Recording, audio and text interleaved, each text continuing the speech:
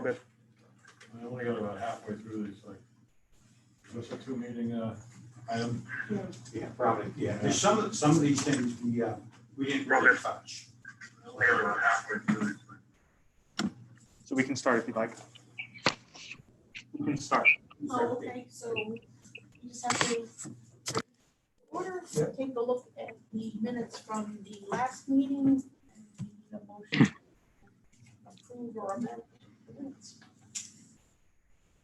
We accept the minutes. So are these meetings retrievable on YouTube? Yes. And how do you find them? You go to the Town of Waldoboro YouTube page and look for the Land Use Committee playlist. Thank you. Have a second to the motion on second. Great, all those in favor of accepting the minutes as written? Aye. Aye. Aye. Any opposed? It passes. Okay, Bill, you're up, or Max is up. We'll start with Article 10. Can you hear me in Zoom land? Sarah, George, Freeman? Yes. Yeah. Yeah. Hear you. Did they say Yes. Yep. I can't. We're going to start with Article 10, specific for standards. We can just go through page by page. We haven't made changes to many of these sections, and I'll just point out the ones that we have. There's just a handful of them, but it would be worthy to go through just what we have here. So on page 1, accessory apartments and adult business establishments, we have not changed anything. Are all of the changes highlighted in yellow? No. Okay. The things in yellow are footnotes to change references when the document is complete. Okay. I have a point on 10.1 where it says, resulting in 2-family units must share a structural common wall. I'm thinking of one. Yeah. So, or floor. Yeah. So does that mean that you can't have one in the attached garage? For an accessory apartment, You yeah. can have Yeah. it. But for if it's a 2-family dwelling, you could have it anyway. Okay. Well, we could say, resulting 2-family units must share a structural wall or floor. Yeah. Is that acceptable to everyone? I couldn't hear it. On 10.1 for accessory apartments, the resulting 2-family units must share a structural common wall and or floor. Okay, thank you.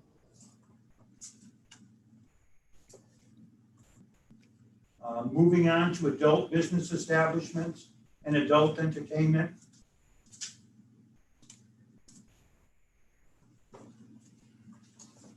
This was a compelling item maybe 20 years ago. The internet has changed that completely, so. Is there an accepted definition of adult entertainment? Yeah, we have one everywhere. So I think we should. Yeah. Because. Well, that's the other thing, the last thing we need to do is make sure we have definitions. Max redid the use chart. He made a note where we're missing some definitions. It just brings to mind the Supreme Court, and the judge said, I can't remember what it was, but I can't define it, but I know it when I see it. Yeah. The definitions, is that big section, does that still need to be added? Yeah. Okay. And where are these allowed in town? Because this paragraph makes it sound like they're maybe allowed in some spots. Yeah, when we do the use chart, we'll go through. Yeah, that's what we. Okay. On all of these items. we'll have to change. Are we still on adult businesses? Yeah. Yeah, that's only allowed in Route 1A. So that's pretty much the portions of Route 1 that are near the town lines, if that makes sense. Which way? Both ways, the Warren and the Yeah. Nobleboro town line. Yeah. They have to be 1,000 feet from any School. school or church or synagogue or. Right. And there is a definition found on page 16-2. do you want me to read it, or is the reference good enough? As long as, one Not for me. specifically, clearly defined. Yeah, it's been on the books for a while. Yeah. I just couldn't find it. And it's broad enough, so it's essentially any type of industry involving adult entertainment or X-rated. So As I said, I would know it when I see it. right. But, you know, that's, We still need to do if someone something. challenged it, it might be problematic. If there's nothing else, agriculture, Yeah, I would have a thought on agriculture. It appears that 10.3 is the definition of agriculture, or do we have one that's a little wider than barnyard animals?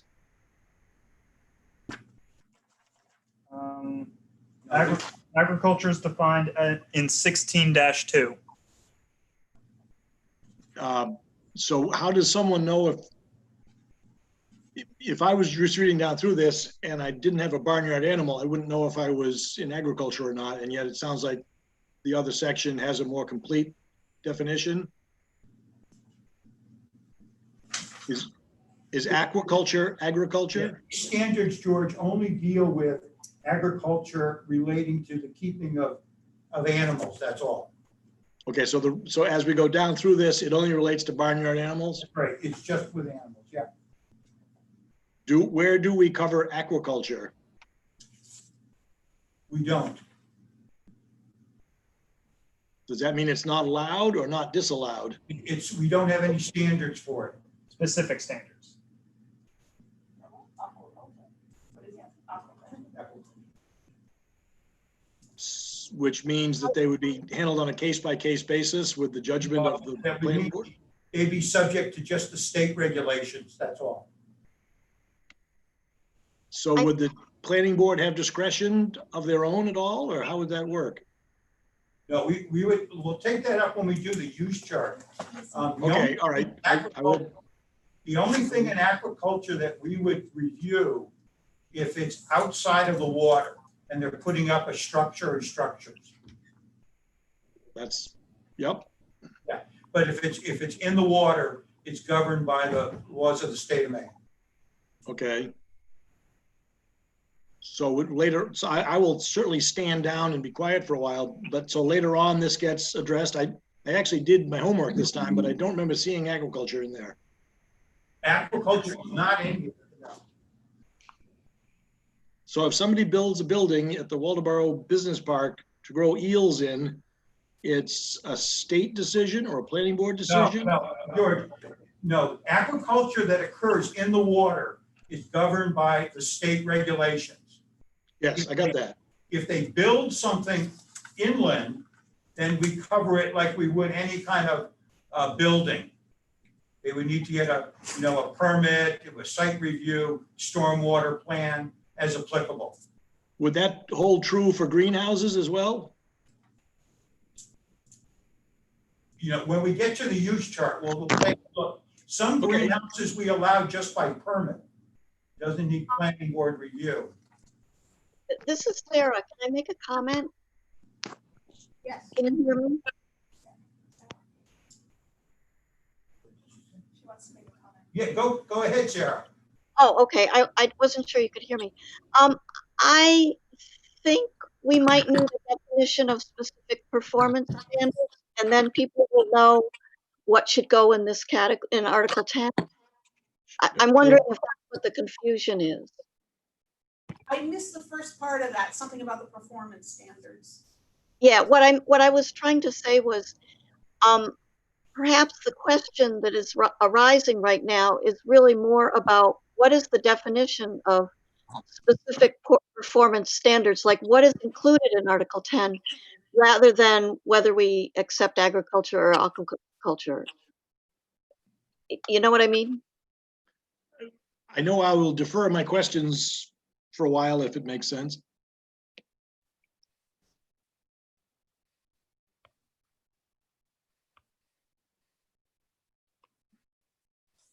Specific performance, the other performance standards. use. I see hands moving, but I can't hear anything. I don't, Sarah, could you explain that again a little bit differently? Because I didn't quite understand. Well, what we're talking about in Article 10 is specific performance standards, Right. not necessarily categories of agriculture or aquaculture or anything else. And I wonder if there is a definition of what do you mean by specific performance standards and what should be included in this section? And that might clear up the questions that are being asked. But, Maybe I'm not making any sense. yeah, well, we have a general performance standards, and then we segregated environmental and things dealing with traffic. And these in specific we've just delineated standards that deal with specific land use activities. It doesn't deal with all of them, just with certain ones that, we determine that we want to regulate further. If that answers your question. It answers my question. All right. So where do I go to find the standards for aquaculture in a building offshore on my property? He doesn't understand. Yeah. So George, so if somebody comes into your industrial park and they want to put up a building, it's irrelevant kind of to the town whether it's used for aquaculture or some other use in there. So it's going to follow the light industrial, I think it's light industrial standards. And then any aquaculture permits that are required by the state are just state requirements. Well, part of the reason I'm asking is, and I was sort of nibbling at the edges on the question about greenhouses. Should buildings that are put up to grow geraniums have different standards than those to grow eels? Different approval requirements? Yeah, I guess. Well, actually, the answer to that is, our standards are designed to deal with impacts. So the general impact we look at are traffic, parking, noise, stormwater, erosion control on the building. And then the other things like water and sewer. So they would both be, regardless of the activity, it all would look at those impacts. And then so a greenhouse installation would have the same burden of information? Well, yes, some of those would be not applicable because the surge wouldn't be a problem. It would vary by activity. Well, no, I understood that. At one point, I understood that greenhouses had an easier path than not greenhouses, and that's the underpinning of this. Well, I think we need to take that up when we do the use chart, because you're correct. Greenhouses are permitted, liberally throughout the town.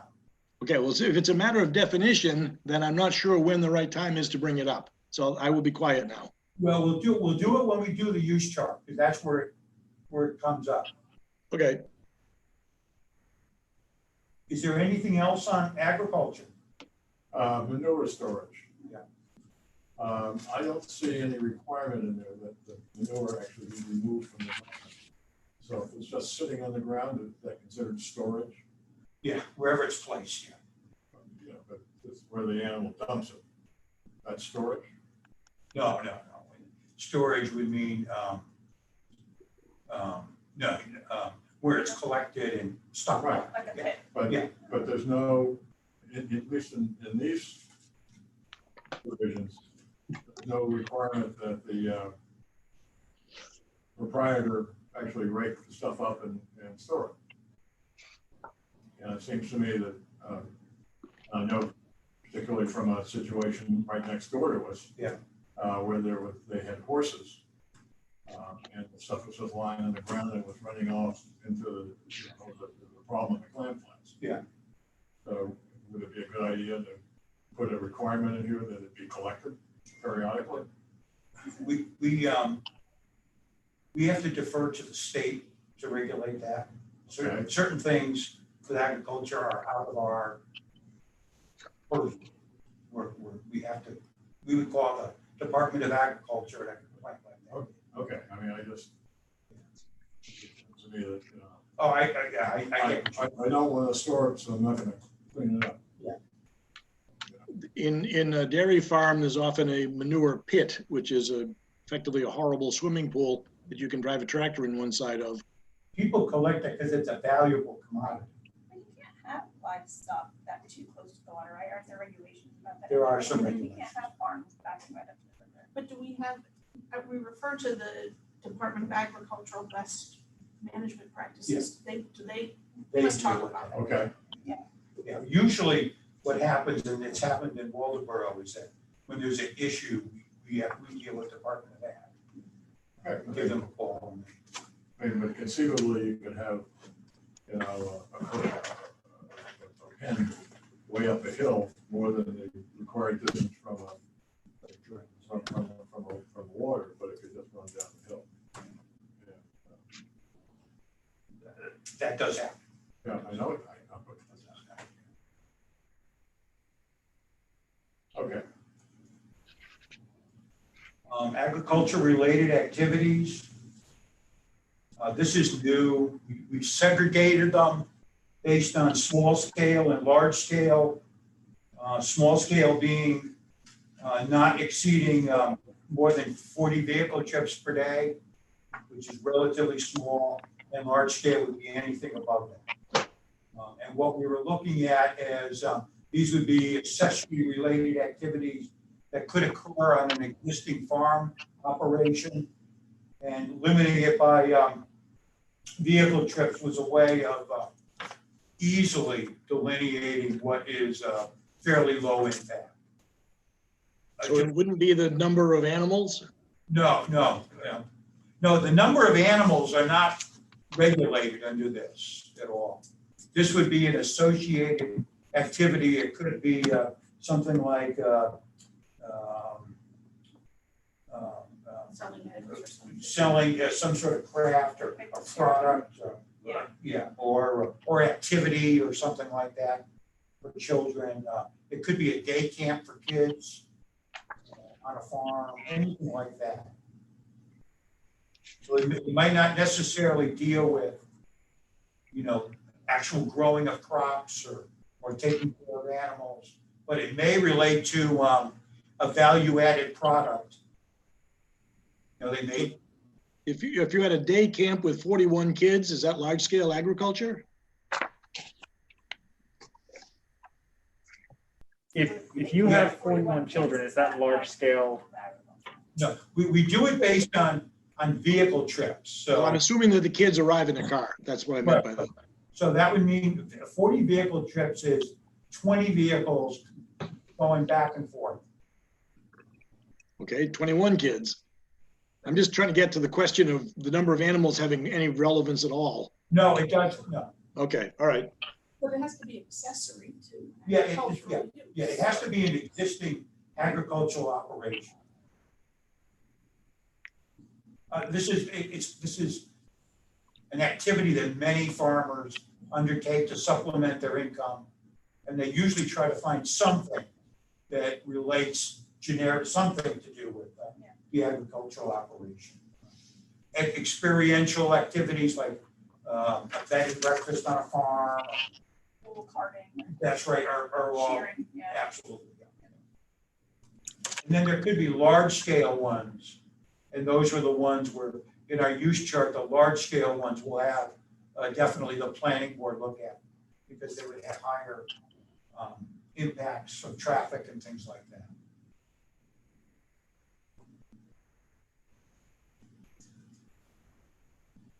If there's nothing else, we'll move on to automobile graveyards, junkyards, and recycling centers. We have not changed this at all. In addition to these rules, a new applicant would need to go both to the planning board and get a state permit and also get a permit from the select. And it has to renew. How do you define when it's just more than the cars you've got?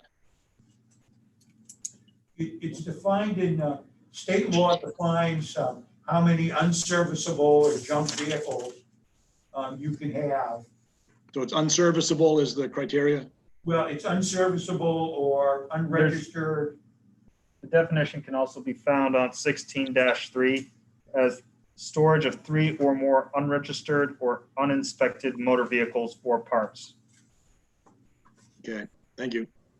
How was the $300,000 liability limit established? Could you say that again, Freeman? How was the $300,000 liability threshold under 10.5-1-3 established? Oh, the liability insurance, yeah, yeah. That was a number that was picked a number of years ago. We should probably up that to It's $1 low, million. yeah. Yeah. I mean, typically 500,000 to $1 million. Should it remain or should it be changed? A conservative number would be, I mean, a low ball would be at 500,000. Let's go $1 million. Yeah, I would say no. Let's go for it. Well, then I would suggest, Yeah. based upon your expertise, maybe changing it. All right. So what's the figure we're talking about? 500,000. Well, I'm no, hearing $1 million. $1 million, $1 million. Oh, did you say no?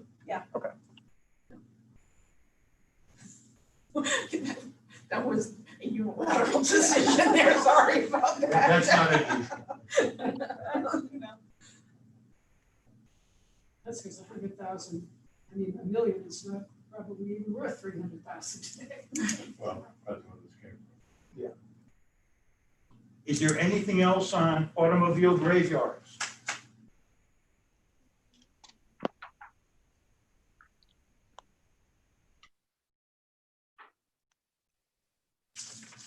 We actually have, I don't know if any in Waldeboro, but there's quite a few in the immediate area.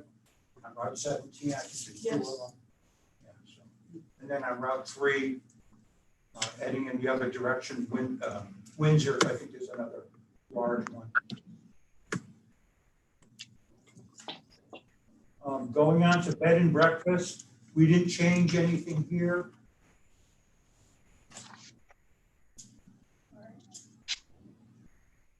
Is there a formal difference between bed and breakfasts and Airbnbs? Is it whether you get breakfast or not, or? Yeah, we have no regulations for Airbnbs, but there is a formal difference, yeah. Okay, all right. If I can just call back to one of the meetings when we had land use talk, because we were talking about short-term rentals. Yeah. But then the committee seemed very vocal of getting rid of that, The short-term rental. the short-term rentals. It does, yeah, we don't have regulations in here for short-term rentals or what would be Airbnb.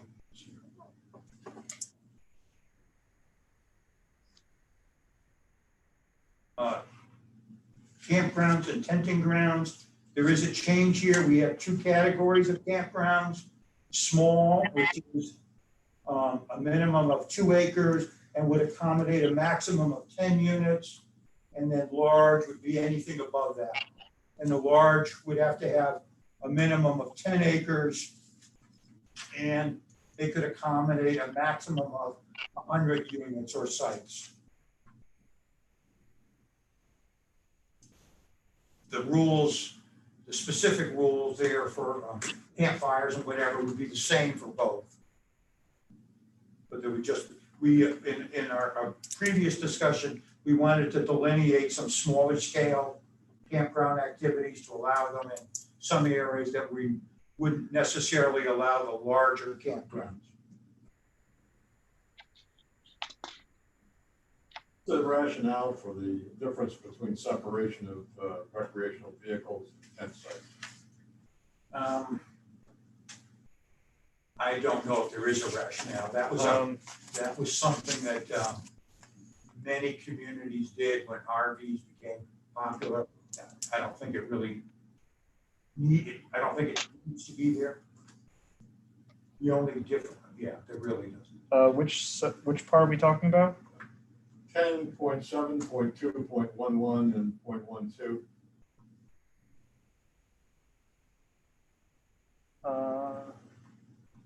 I'm not sure about that. You can have two large objects, 25 feet apart, but smaller objects have to be 75 feet apart. Yeah. It seems like it should be opposite. Yeah. Or the same. So, sometimes the tent site, there was a lot of towns looked at, I don't know if you used a state campground. Many of them have fairly generous distances between tent sites. And that's been some towns I've tried to adopt and keep that, but that's just a preference. Max, under small campgrounds, it seems that sentence should be split up. A small campground shall have a minimum of 2 acres of land, period. All campsites, and you have campsite sites. All campsites or structures shall be located, blah, blah, blah. That's the second sentence, right? Yep. And the same thing on the large campgrounds. It should be, capital all campsites, because it sort of reads, it runs on and it's not clear. That's a good idea. Trash receptacle. It seems like trash receptacle is one for every 3, but is that also picnic table, or does each site have their own picnic table? Because the way it reads is there's picnic table and trash for every 3 sites. Oh, yeah. So you have to Yeah, that we can split that up. It's supposed to be one picnic table for the per site site and then a receptacle for every 3. Yeah. and trash receptacle, and that would get in that sentence. Hey, in the adult business, when I looked at that, I didn't see my note, but when I looked at that, the adult business. Mhm. 10.2.2.1. Yes, 10.2.2.1. Yeah, adult business establishments may be located only in the Route 1, blah, blah, blah. Wouldn't that make sense to put that as the first sentence? Because that really limits, right off the bat, it limits where they can even be. I'm not sure. It struck me that that's really a. Well, and also that last sentence should be corrected to take out Route 1 commercial B because it's not allowed in there. Oh, so it's Route 1 commercial A? Yeah, it should only be. Okay, that's it. It should be the very first sentence, because that's We kind should of. take that sentence out completely. Because it's pretty redundant since. Yeah, we should just have it in the use chart. Okay. That's where it belongs. I'm glad you found that, because I read that and didn't see it. Water and sewer. Very deep text, I think, in these times.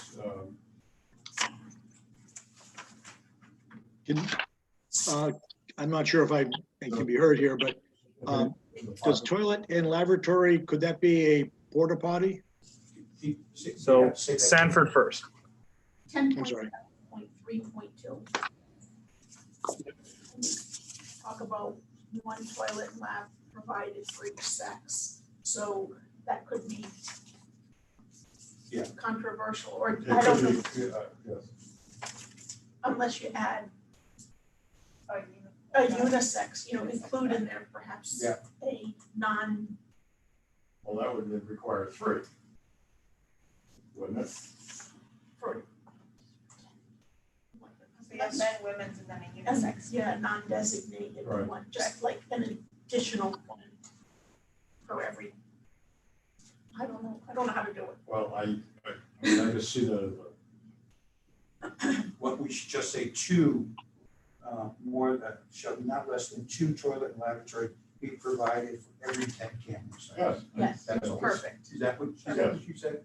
yeah, and that was sort of what I was getting at. And the 10, And can they be porta potties? Can they be porta johns? what? Can they be porta johns? No. No. Really? Okay. No, it has to meet state subsurface requirements, so could be a pit privy or. Why don't we say single occupancy? Well, actually, This is gonna be governed by the state plumbing code. Okay. We have rules in the plumbing code for how we divvy up. I mean, but basically, well, my thought is you have a single occupancy unit. All of it, I mean, they're all unique. Well, that's what we're basically going to the Chevy listing. 2 toilet laboratory facilities. Everything. Sorry, but they can't. My point is that you wouldn't want to have one building with 2 undivided facilities. Specified it have to be separated. Yeah, we don't have to. Okay. That's not something. This would be just a minimum. When they get the plumbing permit, the state dictates how many based on the overall. Okay. So the last sentence, it's 1 toilet laboratory. Are we saying unit? No, I missed what the last sentence is supposed to say. 2 toilet and laboratories be provided for every 10 sites. It just, so we're just cutting out for each sex then. Right. Okay.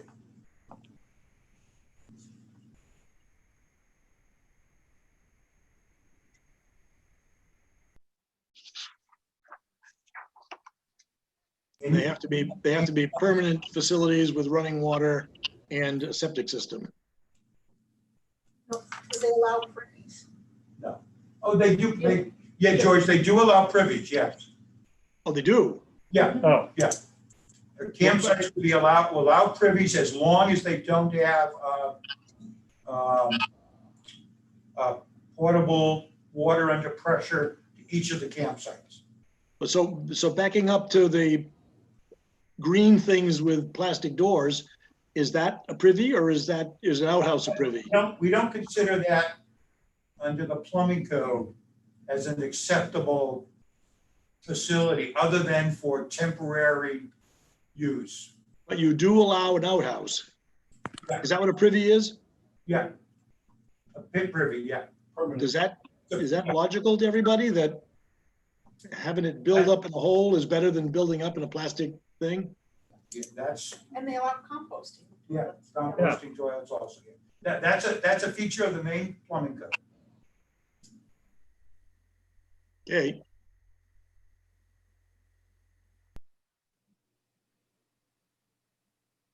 Anything that requires maintenance or removal of the effluent can only be done with the rules. So there's a holding tank provision, but it's a complicated, you just can't put in a holding tank. You have to have a contract and get a special permit from the town and or state, so.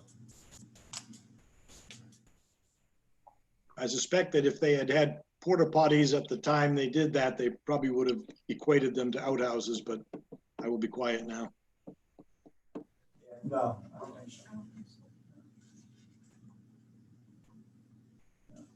People try to use a porta potty as a permanent. It's easier. If there's nothing else, excavation and burrow pits, we didn't change this at all. I'm a little confused by this. 10.8.1.2 and 10.8.1.3. Is that carving out an exception so that when you're constructing something, it doesn't constitute a borrow pit? Yeah, if you were removing sand or gravel to put in your building or roadway, we don't consider that. Right, okay. And sometimes the removal can be extensive if it's a long road. Right, it was just kind of a funny way of expressing it.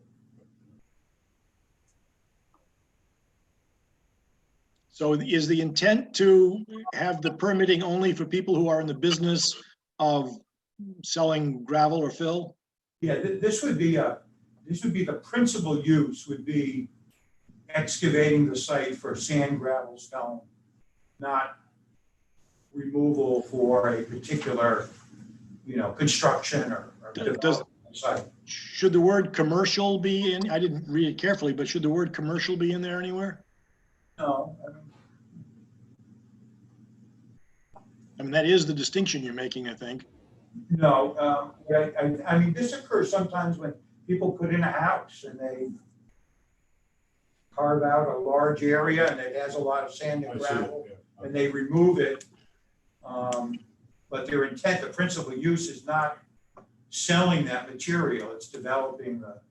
Well, that's what I'm trying, maybe my hearing has gone to, that's what I'm trying to say, is that if someone's doing this commercially to sell it, then they do need a permit. If they're doing it as part of a project, it sounds like they don't.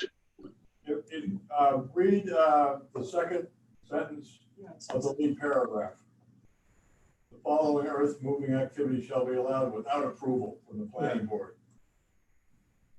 Just like that. Those are exemptions, yeah.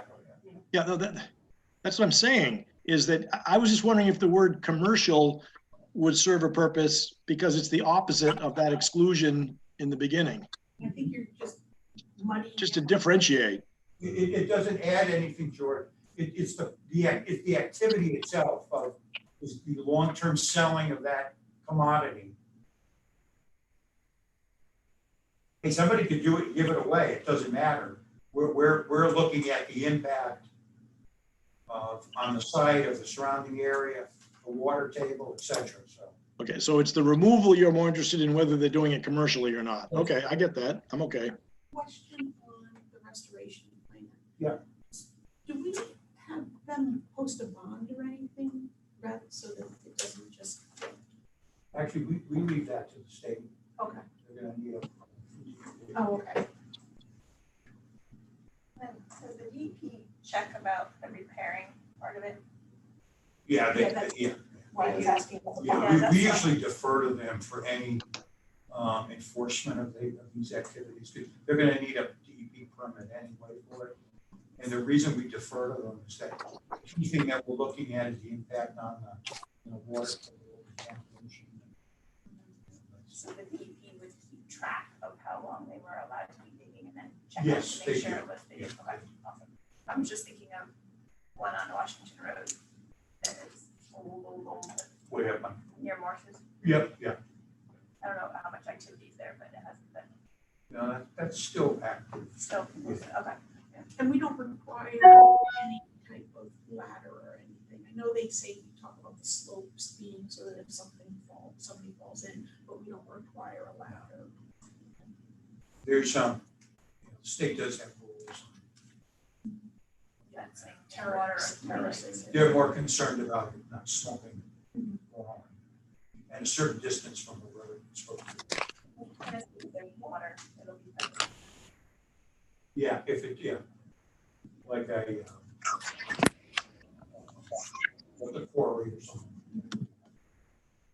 Yeah, most of the sand and gravel drains in, and that's what we're concerned about. Because it's at the water table is contaminated. I see, okay. Liability insurance, no required coverage. That's 10.8. Yeah, just adequate insurance, Right. yeah. What section is that, sorry? It's on 10.8. 10.8. That would probably vary according to the size of the Well, project. I mean, I guess that's not the same as slip and fall kind of coverage. Yeah. But I mean, I would say that the potential liability from for violation of these rules,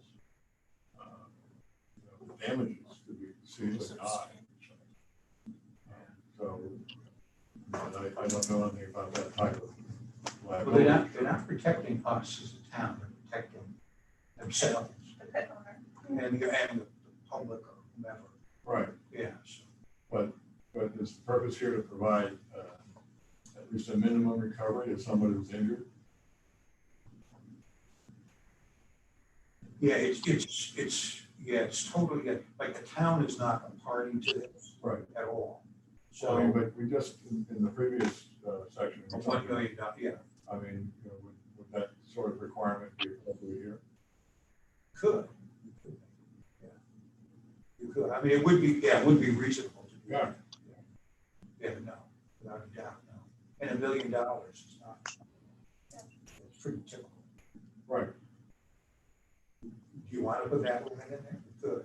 I think you'd have to say a minimum of that, because I would imagine that anybody doing a gravel pit, their insurance company is gonna make them get probably 10 million or more. Right, yeah, for sure. So, I mean, maybe we should add that. Yep.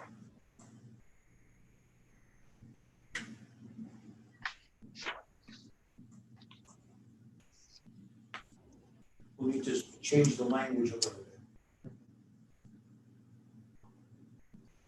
Maybe you could track what was. Exactly for the other sections. the water. It's saying code enforcement officer have adequate insurance, and then in parenthesis, a minimum of. Do we know Yeah, that? no, we're prescribing a minimum, so it would be shall provide. You substitute the minimum for adequate. We don't know if $1 million is adequate. Yeah. a million Probably is not I adequate. know it, right, yeah. Words like adequate. Yeah, so that was a big. We should rush. You know, that would be. Well, I mean, it's just, Do we it's just, it creates, something we put in there saying that it should be provided yearly to the litigation. town? Yeah. And at least that, whether they do or not, kind of irrelevant, but it gives the code officer the opportunity to ask for it if there's a problem. Could you would you file insurance? We could, the only problem is, it's one of those things where, you know, are we gonna follow through on it? Well, that's what I was thinking. That's the We're problem. not gonna follow through unless there's a problem, and then if there's a problem, you can say, well, it was up to you to, so that was my only question. We do that, it's easy for, auto graveyards, they have to annually get a permit, so they file that. Okay, or concerned that they don't, okay. The DEP has a sequence where they go through, I think it's every 3 years, but, Okay. but we don't. I hate to put that in. No, if and we then don't have- this actually gives the code officer enough to say He has to have. he has to have it. The amount of insurance is also going to be situational to the company doing the work.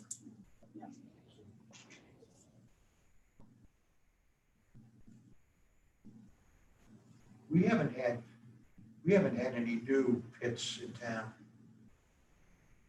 I can't remember this number. Is that large one up in Washington? Washing right on Yeah. the way to Jefferson. Yeah. Yeah. Jefferson. Yeah. Anything else on borough pits?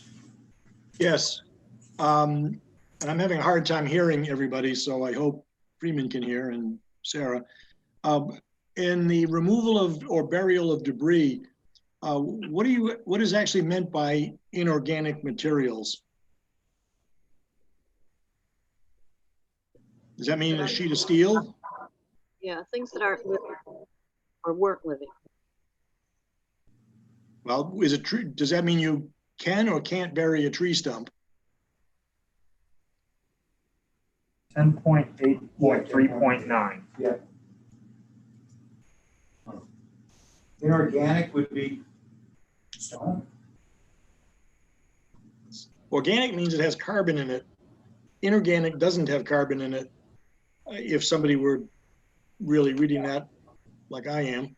But the real question I have is, can you bury a stump from right beside where it is?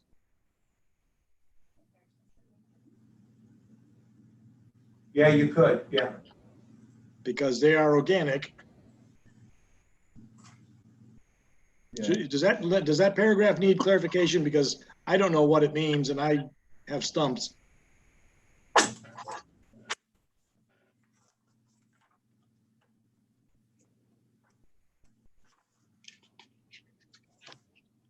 Or what's an approved location would be the other clarification.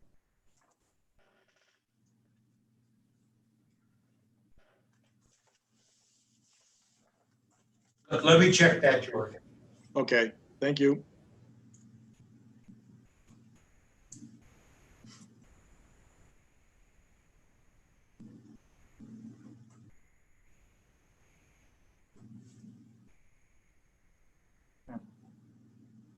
George, I'm just gonna check the DEP regs on that. Okay. Or, yeah, but I do think the language needs to be clarified because that's, those questions I had, if anybody's cleaning up an area, they're gonna surface they're gonna come to their minds very quickly. This isn't for cleaning up an area, this is for a borrow. Well, right, if someone just said, and I can just barely hear, if someone just said, it's not a borrow pit if I'm cleaning up an area, that's a good answer. But I still don't know what the rules are about burying a stump. This would be clearing. Right, Well, but wait. I think George, you're talking about like if you have a stump and you want to bury it in your backyard? Or yes, and you've driven by the stumps. This doesn't apply to that. Nobody cares about that. This is Okay. for the place up in Washington, essentially. Okay, so if it's in effect, a commercial borrow pit that's not incidental to somebody building a house. No, Exactly, no, no, right. no. Okay, all right, no, that's fine. Good. Moving on. We'll check it out anyway. Well, it even mentions stumps right there in the. I know. Well, if they don't want you to bury the stumps in a borrow pit because they sink and they do all sorts of weird things. So that's, water tank. yeah, and but that's completely different than what George is talking about. George, you can go ahead and bury as many stumps as you want in the back of your house. There's more than stumps, yes. There's some people on my mind too, but they don't live around here. Only if they're inorganic. Yeah, only if they're inorganic. And George, keep in mind you are on a live recording. And Yes. Is there anything else on borrow pits? But without elongating this, it is contradictory because a boulder is really technically inorganic, at a point. And you might want to just say, or in the case of other inorganic materials, because it really is scientifically confusing. Maybe not everyday language, but scientifically it's contradictory. Yeah, we'll check out the language for you. That was the first thing that came to mind. Stone. The next one is groundwater extraction, impact assessment and permit. And this is for the removal of more than 1,000 gallons per day of groundwater, spring water as part of a residential, commercial, industrial operation.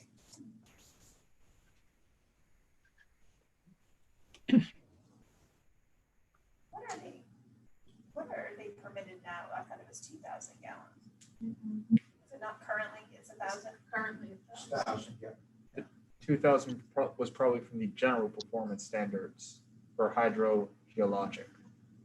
Oh, that's in a different category. Okay. That's a larger, yeah. It will surprise no one to make sure that if there's an activity that's taking more than 1,000 gallons a day grandfathered, that's apparently that's okay. Oh, yeah, this is just for new activities. Yeah. Okay, good, thank you.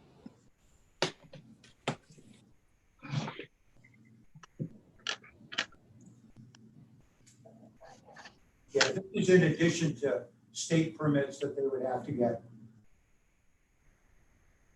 this doesn't look like much of it has changed. No, it hasn't changed at all.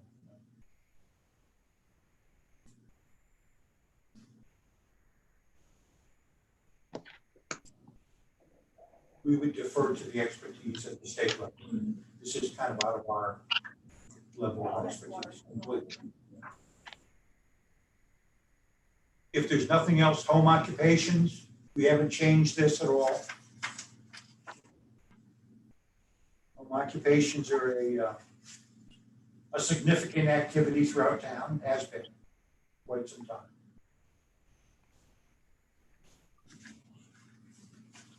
Is it, I read this quickly before, is it clear when a home occupation or a cottage industry grows to the point where it needs to be revisited by the planning board? Is that a definite transition or a clear definition? Yeah, the home occupations are, there's a lot of case law. It's, it's incidental to the use of the property, the residential use of the property. And character of the neighborhood. Right, and character of the neighbor. And there's specific things that limits the square footage, number of employees, and certain activities.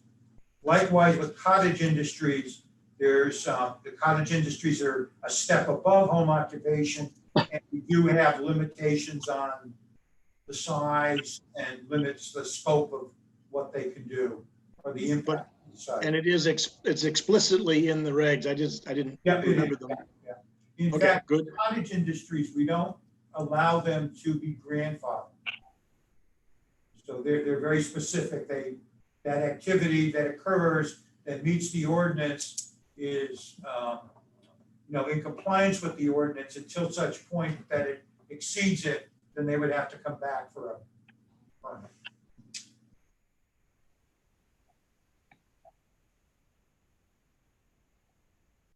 Home occupations, we limit retail sales because of traffic generation, but we allow retail sales of products, fabricated or crafted at the site.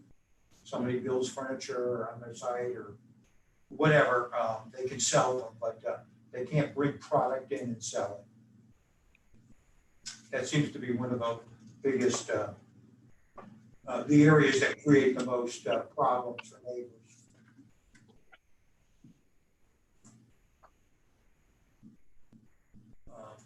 If nothing else, hotels, motels, overnight cabins, we haven't changed this. On the size requirement, does habitable floor area enclosed by walls and roof, would that include a screened-in porch? Oh, okay. No, it has to be solid wall. Okay. All right. So that would be enclosed by walls. Yeah.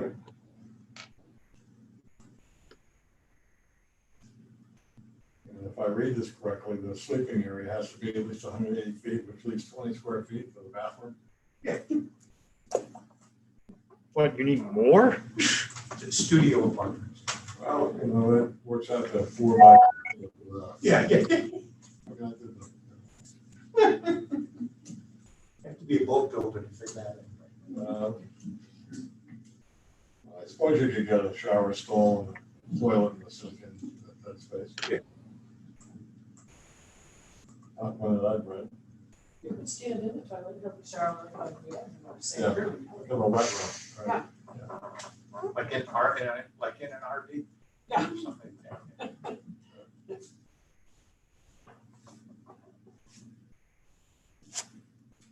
If nothing on that, kennels, commercial and veterinary clinics, we haven't changed this at all. In a kennel is categorically not an agricultural farm Yeah, it's not considered a farm, no. because it's dogs and not ponies. Well, it's domesticated animals. So. Okay. Sarah, do you have any comments on this? I know the planning board dealt with a kennel recently. Yeah, 2 years ago. Oh, was it? But Sarah, your thoughts? The planning board did discuss a kennel within the last year, a kennel application. I don't know what that I would add anything to this. Our application is fairly extensive and dealt with a lot of the questions that would have come up,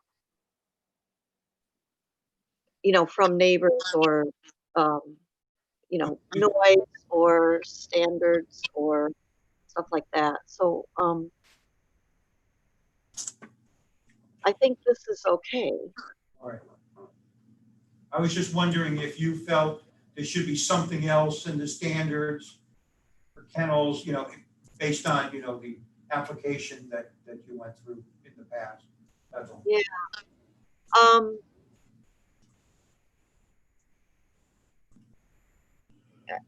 With kennels, it seems to be mostly the noise.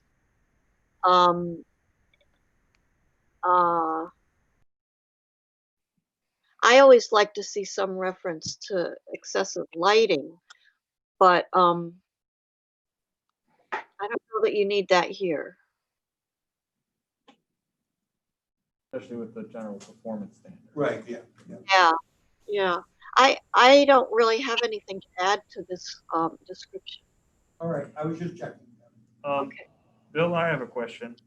10.13.7, it says that all other relevant performance standards shall also be observed. Isn't that a bit, We don't need to put that in. yeah, That- Yeah, that's, because a few of them have that, and I'm wondering yeah, why we that. could take that out. Okay. Max, if there's others, just mark them. Right. Anything else on kennels? Hearing none. Industry, manufacturing, warehousing, and trucking terminals. This we haven't changed. I've got a question on what chemicals are. 14.17. Chemicals are.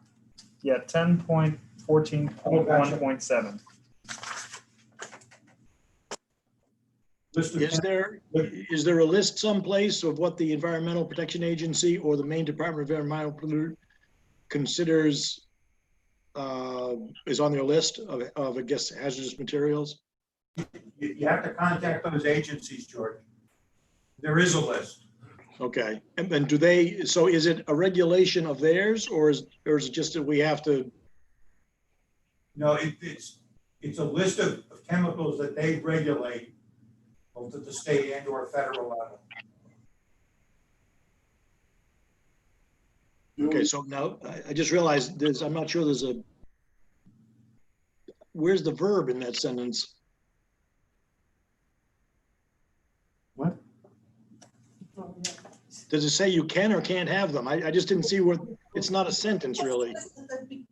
At the top of that, it says the applicant shall submit the following information. They want to know what chemicals are going to. Okay, all right. So the verb is submit the list. Yeah. Okay. And we do that I just wondered. Okay. Go ahead. Fuel use, is that for on-site processes, or does that include fuel storage for motor vehicles? No, this would be, I guess it would include a wholesale storage of chemical, Right. fuel. But no, not for like a typical like gas station or something like that. Not sure why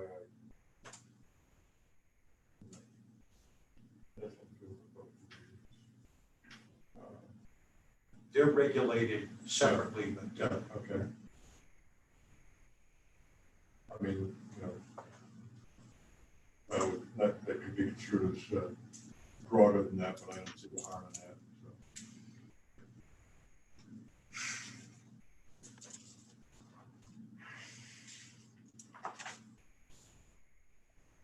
is there anything else in that section that we haven't changed it? So I don't have anything yet. Oh, the noise level. I once had my phone running in the room you're sitting in, and it was like 50 decibels. Where are you measuring the 60 or 70 decibels? It's measured at the property line. Okay, does that say that somewhere? Yeah. 10.14.2.9. We could take that out because we have separate noise standards Yeah, that's in the that general are performance. more detailed. Yeah. Well, I mean, I did. So what's the item number where it says where you measure it? I missed it. 10.14.2.9. Yeah, it says, noise level of the industrial process shall not exceed 60 decibels at any property line from, then it gives the time frames. Okay, so that's that, and I because of the hearing or where your microphones are, I still don't know what section you were reading that from. 10.14. What? 2.9. if you all want to speak clearly to them, you have mics in front of you that you should.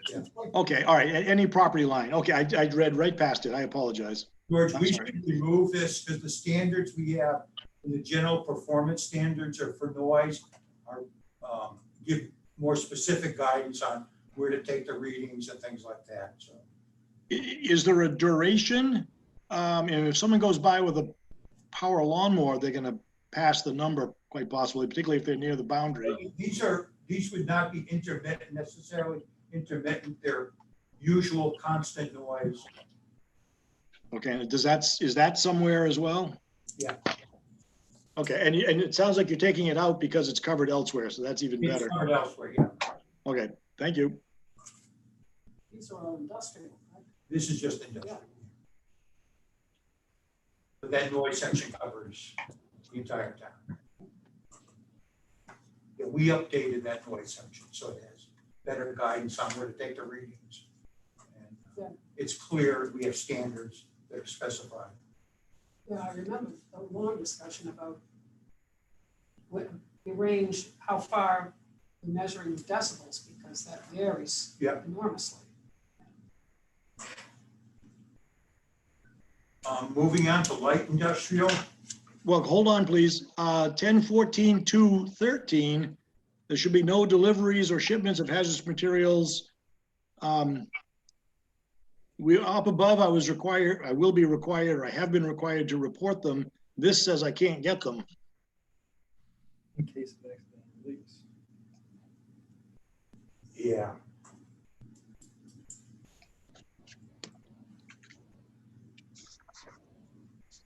That, I mean, the whole point of, if you're regulating, if you follow the EPA, main DEP regulations, this is unnecessary.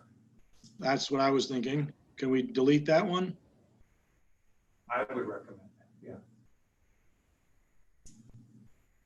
I mean, 2,000 gallons of fuel oil would qualify under this. Yeah.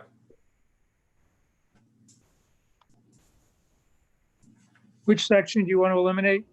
10-14-2-13.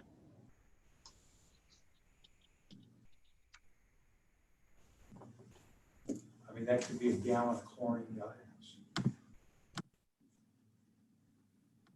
Comment by that, very broad.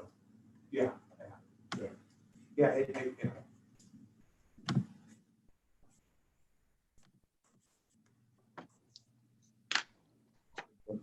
If what you just said, did you mean that if these materials are transported in a conforming Then vehicle, that's right. it takes it, that removes it from the operation? Yeah. Okay.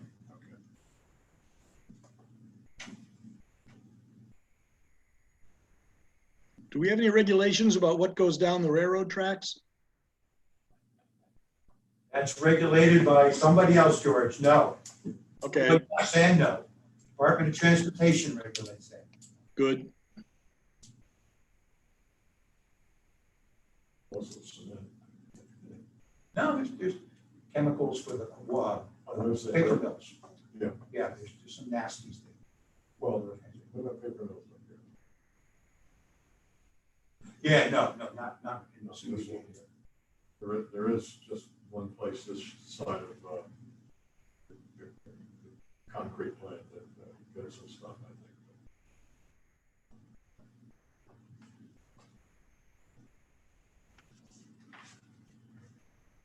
We could also eliminate the last one, discharges. That just refers to a general performance standard.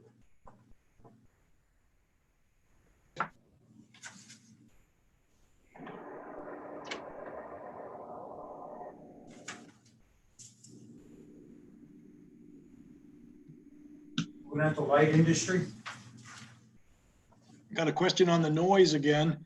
And I guess as I read this, it occurs to me that maybe you just don't qualify for light industry if you're too noisy and you just get bumped up to industry. Am I correct in that? I would just take the noise out.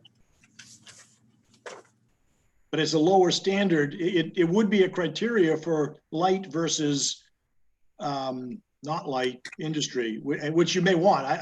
I'm just wanting to get clarity that conceivably too much noise puts you into the other category. No, we should refer to just our noise standards. Okay, so that one comes out about 50 decibels. So yeah, under the noise, general performance, industrial would be 70 decibels during the day. Yeah. Okay. So, but is it appropriate to delete this? Yeah. Okay, But if you delete it, that means you're allowing it to go from 60 to 70 during the day. No, what we're doing is referring to the other general standards. Which will still be 60? We'd have to look them up, George. No. We use two measurements in the other standard. One is there's a specific standard, like whatever during the day and whatever at night, and then there's an average that your noise can't exceed the background levels for the area. So you have to weigh the both of them, and that's a way of making sure that the noise is appropriate for the particular area. and that will span industry, light industry, and outside Right. Yep. event centers. Yeah, what it does is that it gives the applicant the opportunity to mitigate the noise up front. They could, do soundproofing, move reconfigure the operation so it's on a different location on their site. And in the general performance, the industrial and commercial allow for 70 during the day and 60 at night. Yeah. That's what it says.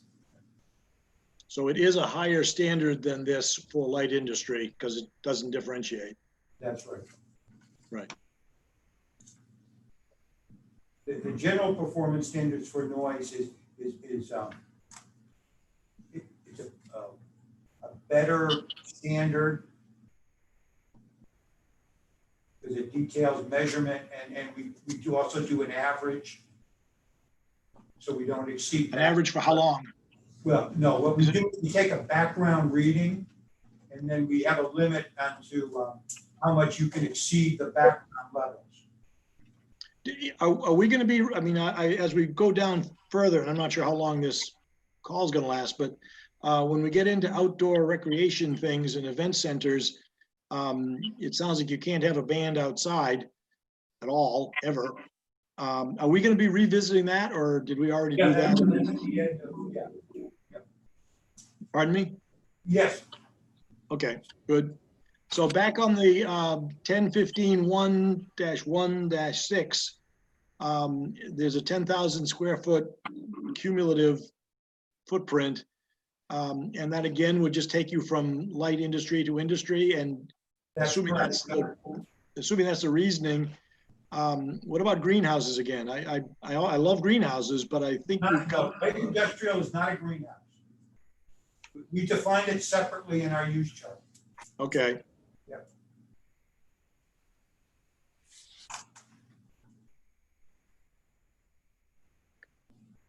By having a light industrial use in the chart, it gives us the latitude of putting it in areas where we wouldn't necessarily want a larger scale manufacturing facility in. Right. So as long as you meet those somewhat lower sizes and stuff and activities, you could do it more beyond the industrial park is the point. That's correct, yes. Which I think is lovely. That's good. Manufactured housing, manufactured home parks, we have not changed these. Just so you know, manufactured home parks have the state prescribes certain regulations that we follow, which are more relaxed than a typical residential development or subdivision. Does manufactured home parks include little tiny houses? No, Okay, that would be something different. that would be something that tiny homes are covered under building code, they would be classified as single-family residential. Okay. I got a quick question on the one before. What are canteen services? You know, when it's talking, Oh, that's an old, low impact. canteen would be like a food service. Food services. It could be a little gas and go place that serves food at night. Is that the quick takeout kind of? Yeah, but designed to serve just this area. Yeah. You find them at like campsites. Also a term in the military. Yeah.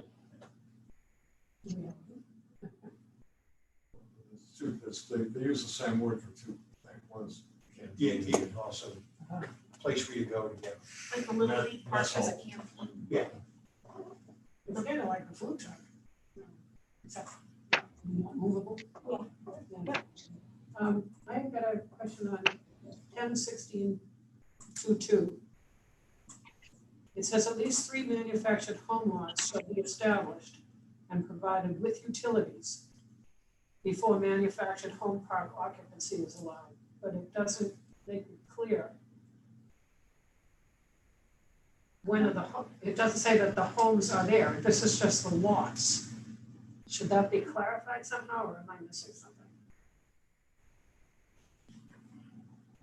The lots shall be established, provided with utilities before the occupancy is allowed.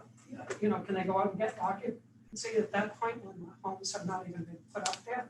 Doesn't say. I think that they're saying, I'm assuming that they're saying that they have to have the water and the sewer in place before they place homes on them. Well, That isn't what they said. Or maybe it means that you've got to have those 3 lots up and ready to go. If you then put one home on one of the lots, you can get an occupancy permit. That's the way I would go.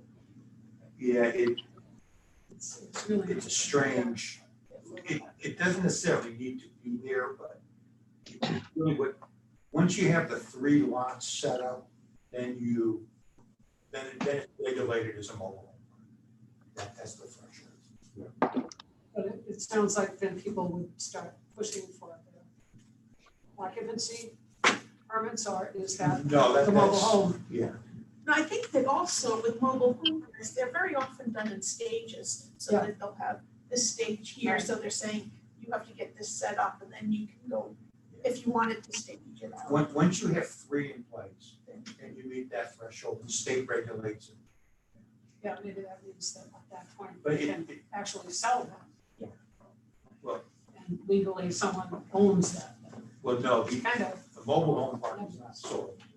No, only the house on. no, that's what I mean, home. Yeah. I mean, like individual homes. So they could start selling each one. I think they just want the infrastructure in because they're pretty specific with septic systems and community water systems. Well, parks are not as popular as they used to be. They're hard to finance your mobile home if you put it in a park. Because, you know, Banks there's prefer. problems. Does anyone have any questions on mobile home parks?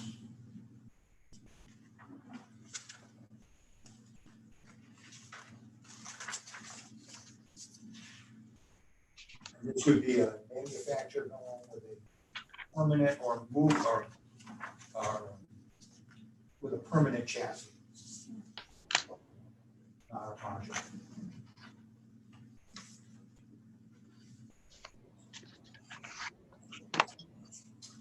Mass gatherings,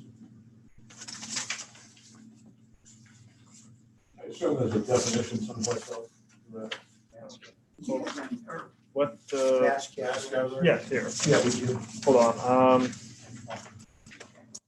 Yes, How many people? 100 people Yeah. for an event other than a birthday party, wedding, or similar family gathering, You a already- location not already approved for such a gathering. Yes, that's on 16-18.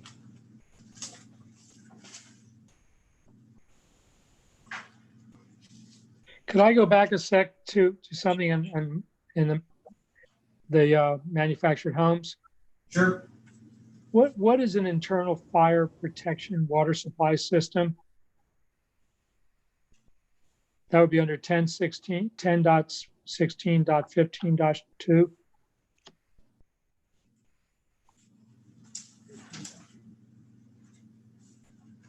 Oh, so Oh, that sounded like a. That'd be a sprinkler retention. system. Oh, I thought it was like a retention pond on the thing.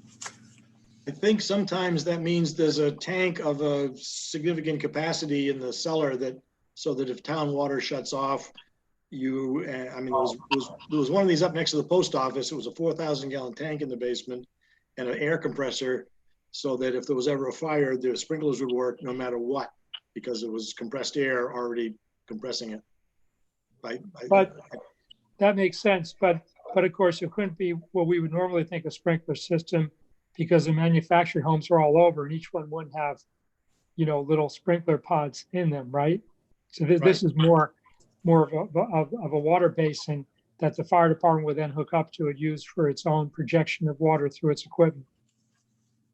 Is that correct?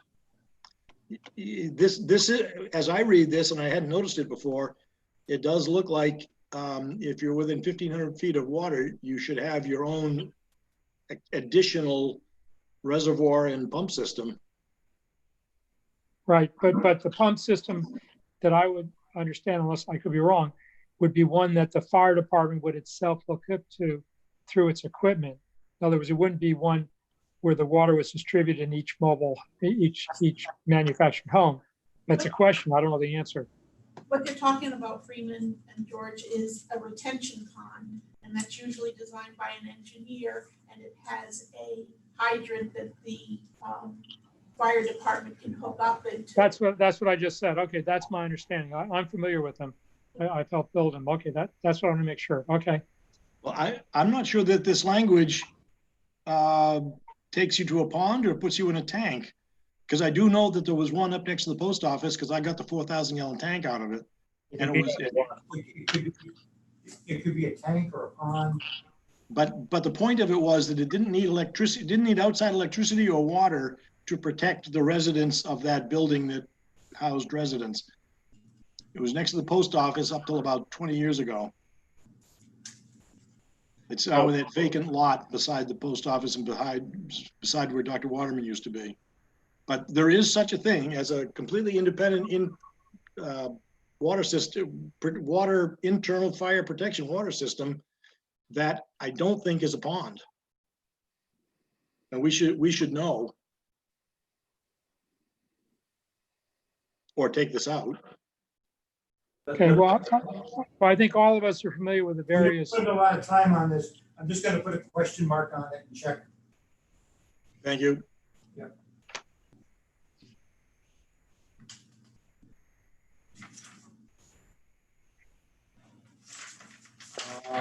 Mass gatherings. Can you define that? Yes, it is defined. Yeah. It is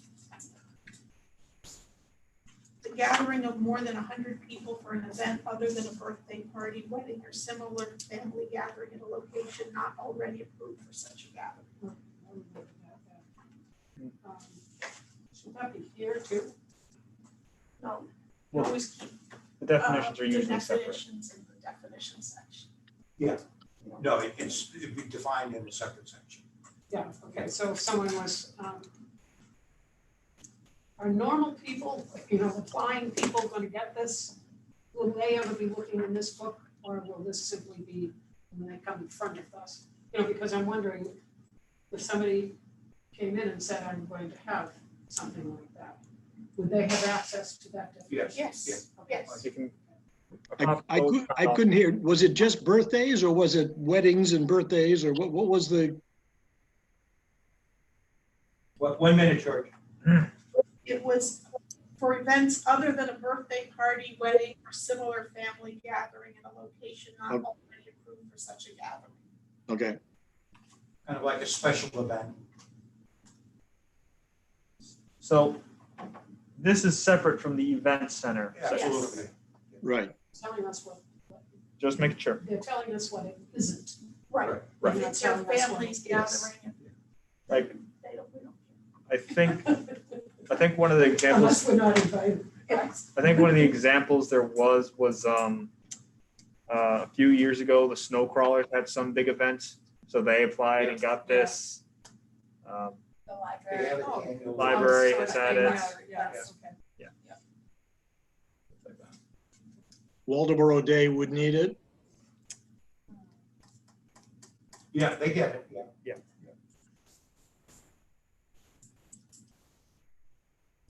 If there's nothing on that, multifamily dwellings.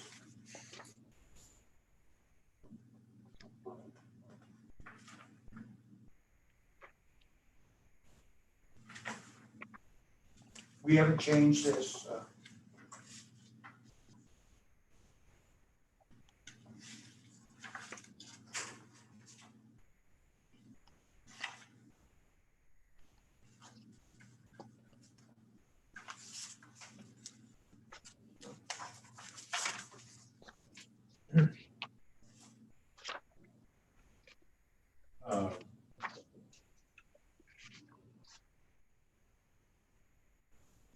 Multifamily dwelling has to be in an area serviced by the you work for a utility district. Requires, yeah. Okay.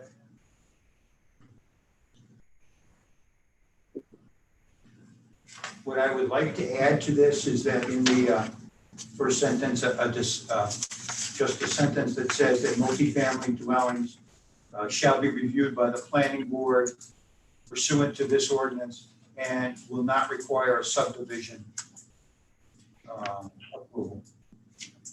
Not require some. Not required, because the state law allows us to do that. Okay. And the reason is that most of the subdivision requirements just are not really applicable to typical multifamily. So we're talking like multifamily, you're talking about like an apartment complex. Right, correct. Okay.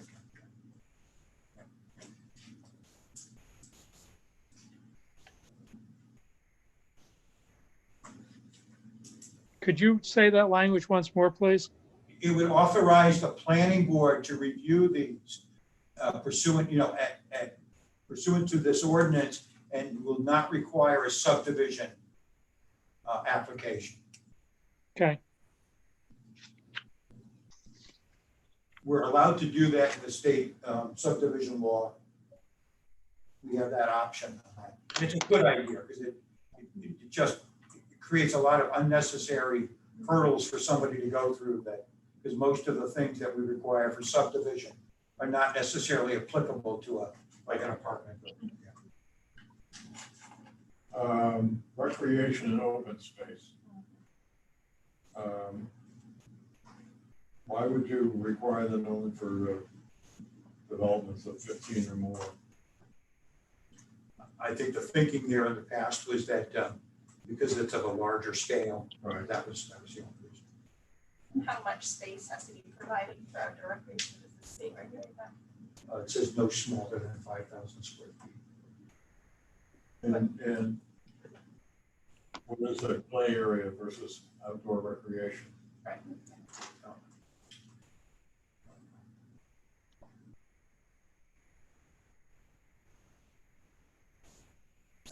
If there's no playground, it's still 5,000 square feet. Yeah, some Patio or something. something like that. I mean, a play area would be a playground with swings. Could be swings, it could just be. Could be an indoor gym. Yeah. And how is that, again, how is that distinguished from a outdoor recreation area for elderly house? I mean, it could be the same, I mean, yeah.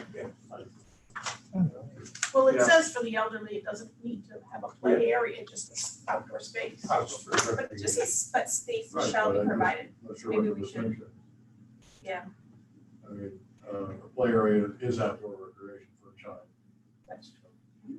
So maybe we need to reword the The last sentence. developer would choose based on what they're, have designed, yeah. Yeah, we could reword that. Probably should just be an outdoor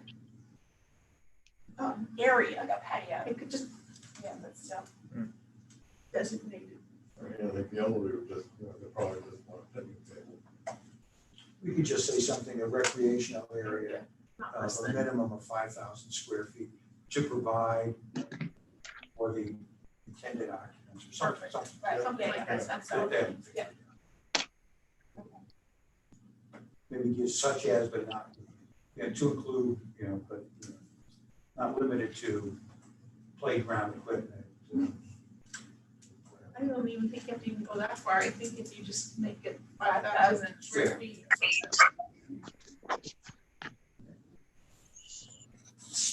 Area dedicated for outdoor housing. Perfect. Yeah. Approval for the intended occupants. I guess older people like the same thing the kids do. We just do it very slower.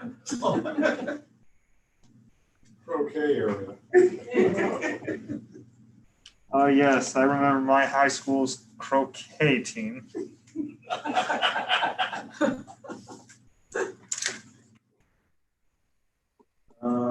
Going on to the next section, open space subdivision. We have not changed anything here.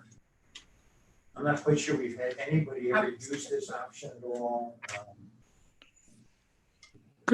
Could you give us just a practical application of like what that would be? Who would come under this going forward?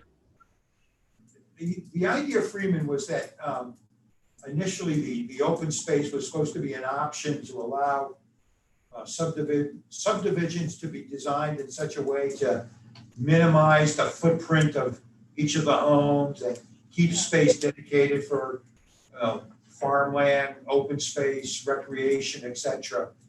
And so and they would provide rules, as this one does, or regulations that allow for smaller lot sizes to place a home, and the balance of the land would be placed in some sort of open space or undeveloped area by covenant or shared ownership or something like that. It's an idea that It was used a lot when I was a zoning officer in Connecticut. yeah. Because they wanted a lot of open space, so they would cluster the housing to one corner of the property. Yep. And then they'd have a huge area that was open. But here we have so much land, it doesn't It's just seem never made. necessary. In the state, in Cumberland and York County, there's a couple of examples of it, mostly condominium type developments that That's took how it advantage of it. Some of the senior citizen developments in Thomaston and Falmouth and Brunswick use that kind of concept. It's still a nice concept. Oh, yeah. And I think it has a place here. Yeah, it's an option for people to look at.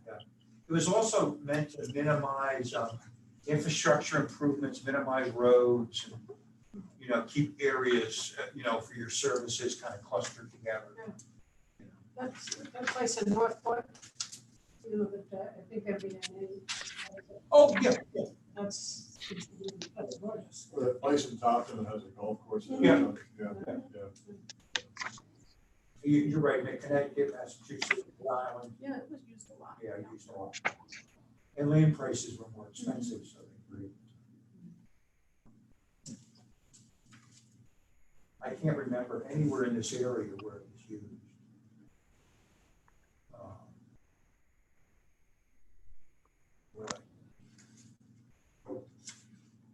The only place Winslow, does anybody know where Big G's is? Oh, yeah. As you're going on the same side as Big G's, as you're going to see all these little duplexes, they use that. That's all for senior citizens. Okay.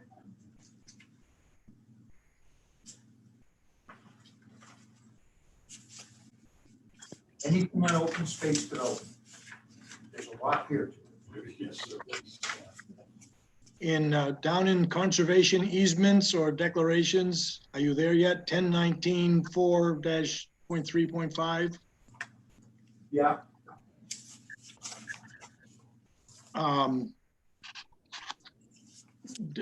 Well, I'll get right to the point. What about the intertidal zone that some people think belongs to them? Can they put that in conservation and keep people from clamming? oh geez, George, Well, this isn't relevant to that. This is just talking about the open space subdivisions. This isn't a generic. Yeah. regs. Okay, so if somebody had a conservation easement, it would have, to the intertidal zone, it would have nothing to do with this language. No, this just has to do with open space development. Okay, all right. Those, I'm sensitive to some of the words, that's all right. If there's nothing else, Recycling centers. recreational facilities, 10.20.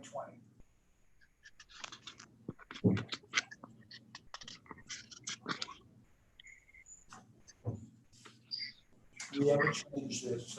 This is pretty basic.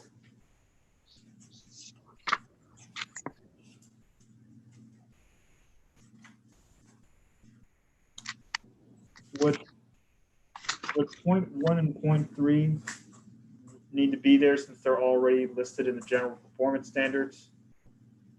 Or is the language just different enough to keep it in there? What paragraph are you on? 10. This is 10.20.1 for parking and 10.20.3 for screening. Both those requirements are already in the general performance, but there is a bit of a different language, like parking for maximum attendance and screening to minimize noise, light, dust, smoke, and visual impact. The parking for maximum would exceed what we would. I was gonna say, that probably is. Yeah. A more lenient requirement. Yeah, it is, yeah. Yeah, because a lot of like health clubs and things like that. Right. Events, Yeah. you know, Okay. 10.20.3, I'm not sure that's necessary. Yeah, we have screening requirements. Yeah, that's what Max was saying. That's what I thought. Okay. That could come out. Yeah.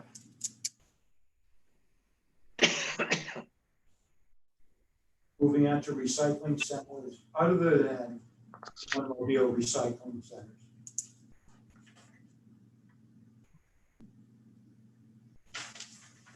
Where are we allowing them? We have to go to the use chart. Hold on. That's, We'll get there though. Yeah. Recycling centers? no, Matt, we'll get there. Well, I have the land use right here. Yeah, I know. Recycling centers are allowed in Route 1A, B, and the industrial zone.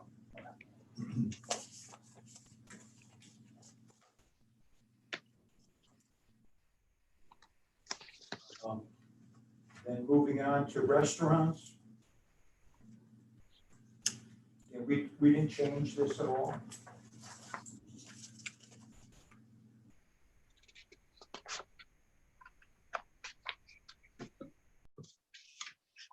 Um, 22.4, it's just referencing That the, could come out.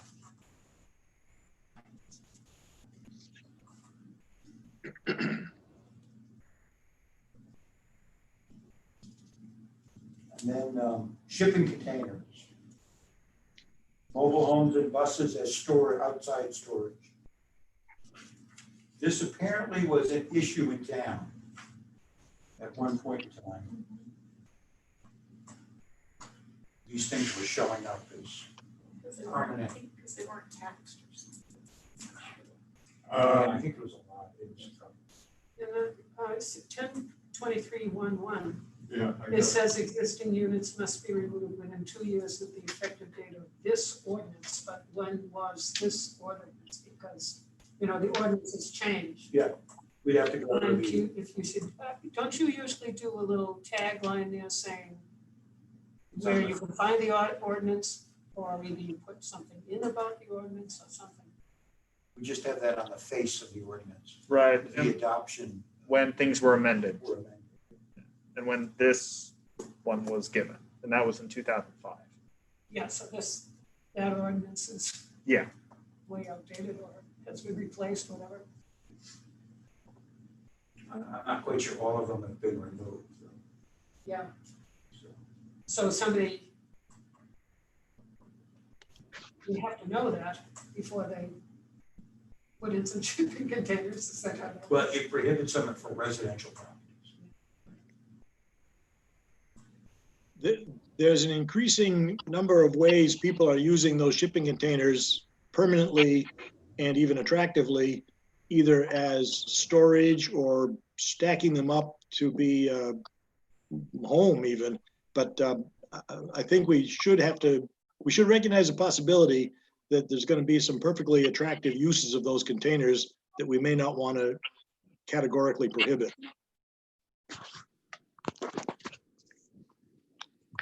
I think that they're just talking about the temporary use, so if somebody wanted to use a storage container as a permanent shed on their structure, they would come in for a permit and have to meet requirements for that. That's my understanding.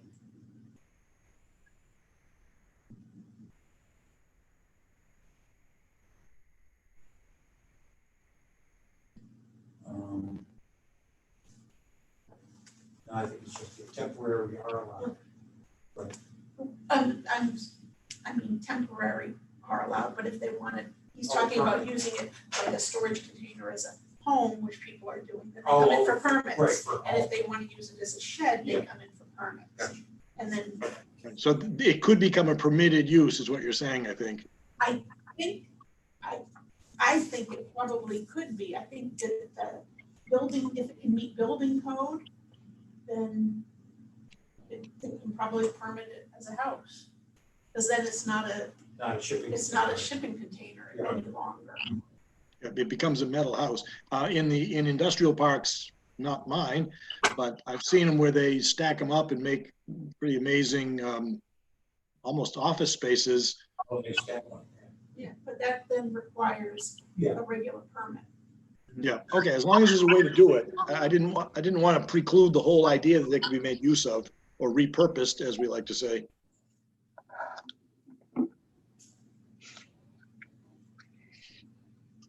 Then single wide manufactured homes, we have separate regulations. In that first paragraph, the last line. Well, this would be single wides other than in a single wide. That's right, separate from a manufactured barn. Right. The last line says, or if it meets the standards in B below, but I don't see B below. Is that? Where are you? 102411. 1024.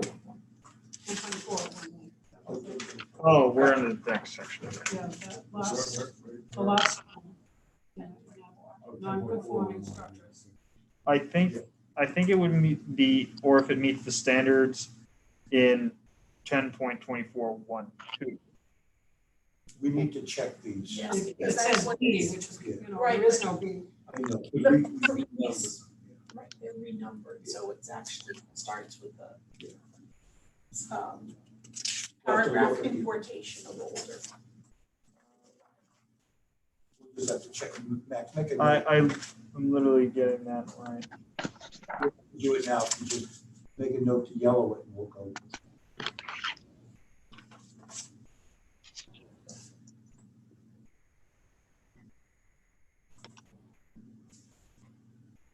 Yeah, it is. Is it? Yeah, it is 1.2. Yeah.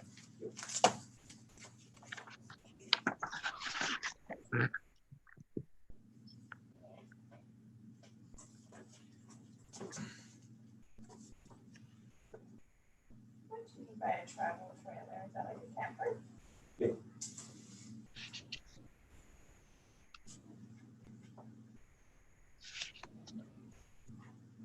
Yeah, travel trailers are registered as vehicles. So you can't live in it all the time? Yeah, next 1024.214, construction. 214. Yeah. Yes. Capital M. Needs capital M.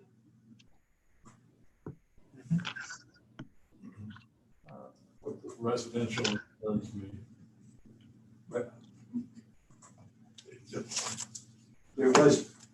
There was a time when mobile homes were funky exterior siding, all different panels, different colors, and now you don't find they're siding or something. It's not as much of an issue. I can think of a lot of custom built residences that have kind of funny. That's why they have that language. Bill, can you explain 1024.5? Because in the first part, it's saying how it's not allowed to be used. A travel trailer is not allowed to be used as a manufactured home. But if it's been there for, okay, nope, never mind. I already read it and it's fine, never mind. We'll read this like about 4 times. Yeah, I have to read it too. This is why I Because- was asking that. Well, no, I thought I read it wrong where it says after 3 months, you have to give adequate health and sanitation. So I'm wondering, does that mean if they are secret for 3 months, they're no longer, They made it. yeah, Yeah. if they're exempt from the rules? But no, never mind. So I just have to be clear, because I know you told me 100 times that this only applies to things moving forward, so the people that are currently doing this won't be affected by this, right? No, this is in effect right It is an effect right now. Yeah, this is the exact rule. If you know that, you can talk to me afterwards. I will. now. Yeah, we see a lot of this. Yeah, For a lot of reasons, a lot of good reasons, people can't find housing. right. Anything on single wides? Not here. Small wind energy regulations? Could I interject that I am for wind, but as I hear these things about like electrical lines and people saying, well, I like it, but not in my backyard. Could you give an overview about how it actually practically would work with our town and different parts of it? In other words, I have no feel for what what wind practically means in Waldoboro. This ordinance was put into place to deal with what we would now typically describe as small scale wind turbines. I'm not quite sure there's viable sites in Waldoboro to put in turbines. I would think at some higher locations in the north of town or possibly near the water. Up on the ridge above Friendship Street, there's some high land where people have looked at it. It fairly quickly becomes a question of what do you mean by small? And I think it's constrained by the height of the tower in this. It doesn't appear we have anything on larger than small, which I think is. No, this would, I think we're limited to 90 feet. Again, this was written for smaller scale. This ordinance was written at a time when we didn't really deal with large turbines at all. Right. On Friendship Street, probably a half mile from town at the Lupian Farm, there was what I would call a small scale wind generator up there on their farm, which I don't know if it's still there, but it would have been what this is. But it Does doesn't this look like. But it does, but there are dimensional requirements for 10.25.4. You'll find the schedule of dimensional requirements for what's allowed for a small wind project. Right. And that includes 80 feet on a parcel, 1 acre or less, or 90 feet if it goes beyond an acre. Does this language come from a model code or state law? Where does this Yeah. language come from? It came for the state of Maine pulled this together, maybe 15, 20 years ago. Up in Washburn, Maine, they've got a ridge with some controversial big wind generators up there, which was probably around the time that this language was created. But it does raise the issue, what if somebody wanted to put a big one or run a bunch of them up on the high land there? Now the larger ones, George. This one is limited to 100 kilowatts. Right, no, I'm asking a different question, and that's, should we ever, we're skipping right over the fact that we seem to have no regulations relating to bigger than small ones, and maybe we don't need it because maybe the state does it. No, the state doesn't do it. We would not allow them, George. Just categorically? Yeah. Then we would need to amend the matrix because we do say commercial renewable energy structures. So, yeah, it doesn't. then we would need to specify that in the definition. And then I have another point of my ignorance. On 10.25.5.1, where it mentions 100 kilowatts, would that be the total generation, or what if they had 3 windmills? Would it be more than 100K, or is that the max? So that's the rated capacity of the unit. Of a unit or a system? No, of the individual turbine. So they could have multiple turbines, each of which are rated up to 100K. They can have more than one, as long as they meet the dimensional requirements for setbacks, et cetera. Go ahead. My only question then would be since I have absolutely I have real experience with massive solar arrays because we did them. I have no experience with this.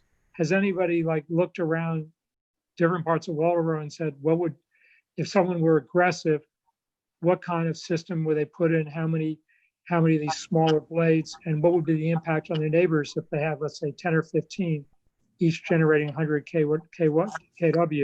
Because I don't even know what would make it commercially feasible in terms of output to do it. Actually, no one would put on a commercial, for a commercial activity, no one would put in a unit this small. That's what I'm asking. Yeah, you just wouldn't do it. It's not economically viable. So give me an idea, that given you have much more knowledge, give me an idea of who would contemplate this, what it might look like.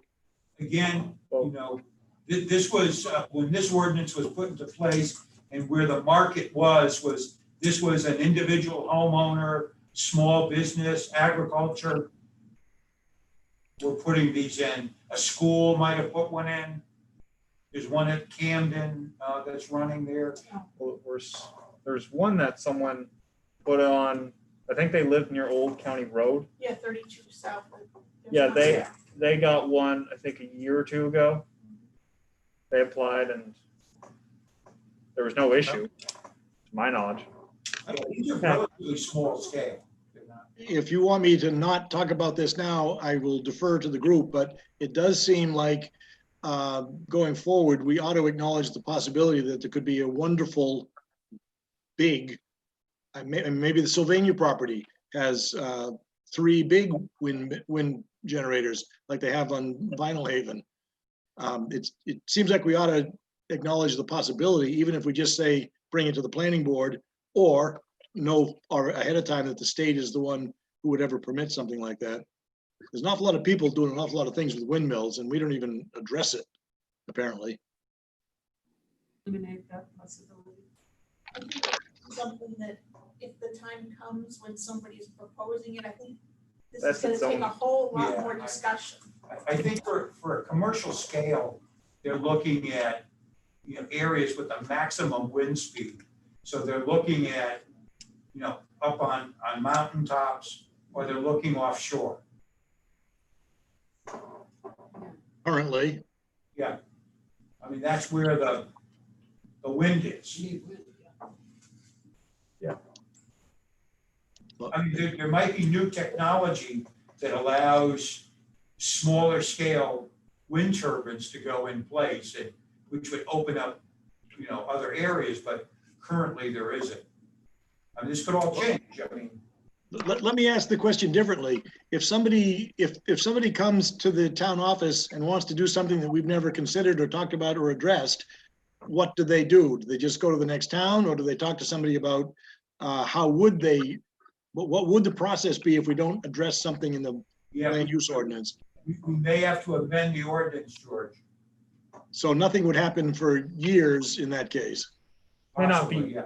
May not be years. It depends what the project is and what we think of it, and what their timeline is. I think I'm just gonna say it, I think it's short-sighted not to at least identify the possibility and characterize a process. Well, yeah. But we can't plan for every item, though. That's. I mean, right now, there's nothing viable that, that reasonably viable, right now. But, and with that said, just be aware that zoning is not proactive. We are reactive all the time. So, entrepreneur, and businesses or commercial, people are always way ahead of us, and we respond to that. But So it George, doesn't sound like, it sounds like the only way we could respond to some idea we haven't already thought about is to regroup and take it back to the town. And maybe that's the intent of the group. I don't know. I just kind of feel troubled that, there's lots of parts of the country with lots of wind generating going on, and they love it. And we aren't even acknowledging the possibility that we could love it. Well, actually, it's quite a bit, but it's not in this area. They're going up north where they're up on much higher elevations. And there is a lot of activity being planned for offshore.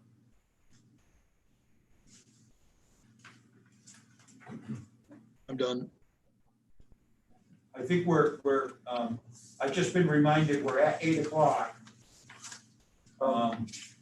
Is there any other items for the small wind turbines or? I have one more thing, if you could elucidate and teach me on 1026.1 transmission lines. Given what's happened to CMP, is there any guidance or, thoughts you have on transmission? That transmission lines, that's the next, the next topic. Oh, all right. Sorry, I thought that was part of wind. Okay, apologies. Why don't we pick it up there the next time? Sure. And then we'll go right into the use chart.